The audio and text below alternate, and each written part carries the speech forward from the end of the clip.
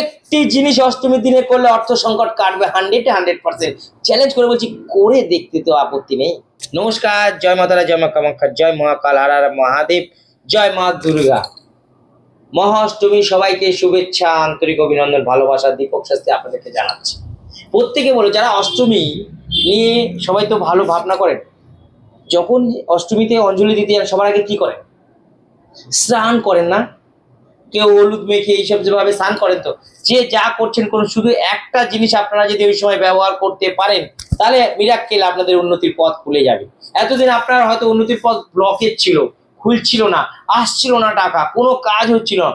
অষ্টমী অঞ্জলি দিতে যাওয়ার আগে স্নানের সময় কি করবেন? স্নানের জলের মধ্যে কালো তিল মিশিয়ে নিন, একটু গোলাপ জল দিয়ে নিন, 2 ফোঁটা দুধ দিয়ে নিন, একটু কাঁচা হলুদ হোক বা গুঁড়ো হলুদ নিয়ে নিন, 5টা দুব্বো নিয়ে নিন, নিয়ে ওটাকে ভালো করে জলটাকে একটু ঘেটে নিন, নিয়ে ওই জলটাতে স্নান করবেন।